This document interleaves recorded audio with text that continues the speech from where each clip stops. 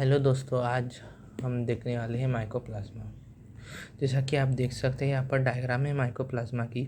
और ये बहुत ही छोटे होते हैं और इन्हें सेल वॉल प्रेजेंट नहीं रहता। Mycoplasma are smallish independently replicating aerobic prokaryotes without a cell wall. This organism were first discovered by Louis Pasteur. जो लॉइस पॉस्चर थे उन्होंने इन्हें डिस्कवर किया था पहली टाइम 1843 में। They are causal agent of Plerophenolina which can grow on nutrient media which do not contain a cell। जो nutrient media है उसका एग्जांपल मतलब सॉलिड हो गया, लिक्विड हो गया, वहाँ पर ये ग्रोथ करते हैं। अभी हम इसका ऑकरेंस और हैबिटेट देखेंगे। माइकोप्लाज्मा बोथ होता है, मतलब पैरासाइटिक भी होता है और सेप्रोफाइटिक होता है। पैरासाइटिक मतलब वो डिपेंड करेंगे दूसरे प्लांट एनिमल में, और सेप्रोफाइटिक मतलब जो डेट ऑर्गेनिक रहेगा वो उन पे फीड करेंगे फूड के लिए। More than 200 mycoplasma bodies are found associated with savage plants, animal, hot water spring, other high temperature environments. They have been found in phloem tissues of diseased plants। मतलब अगर एक आधी प्लांट को disease हो गया है तब हमें माइकोप्लाज्मा उनमें देखने की चांसेस रहती है। अब हम इनका स्ट्रक्चर देखेंगे कैसा रहता है। जैसा कि मैंने आपको कहा सेल वॉल इनमें एब्सेंट होती है, तो इसका जो बॉडी शेप रहता है वो plastic readily deformable. Hence mycoplasma are irregular and variable in shape.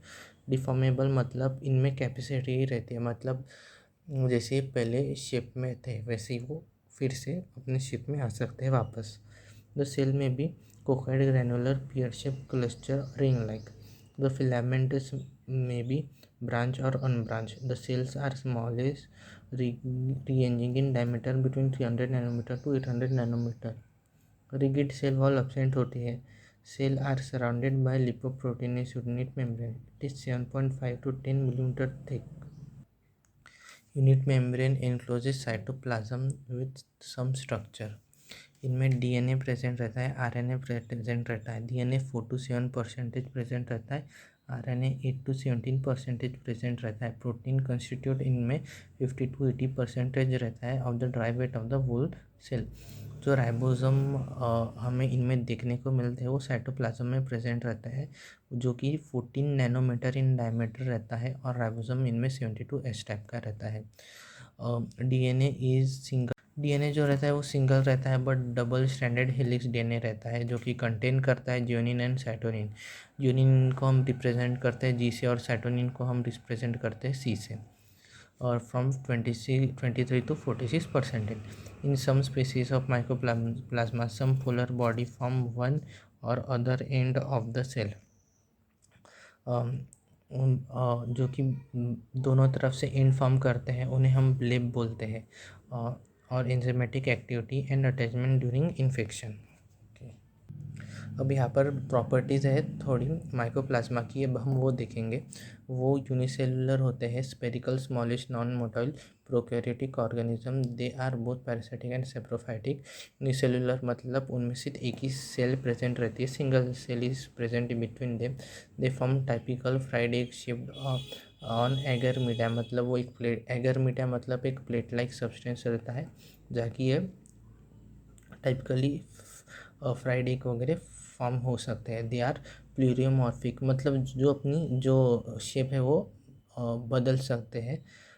और दे लाइक उनमें न्यूक्लियस की बहुत मतलब कमी रहती है। Golgi body, plastids etcetera lysosomes वगैरह की इनमें कमी रहती है, माइटोटोंड्रिया की वगैरह। Enzyme are present on both freely in the cytoplasm as well as associated with the membrane. The ribosomes are of 72 S type. जैसे कि मैंने पहले बताया था, mycoplasma generally grow more slowly than bacteria. जो इनकी जो ग्रो रेट होती है बहुत ही स्लो होती है, बैक्टीरिया से भी स्लो रहती है।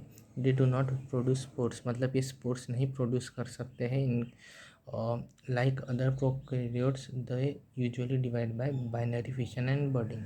जो इनमें जो डिवीजन रहता है वो बाइनरी फिशन और बर्डिंग के द्वारा हो सकता है।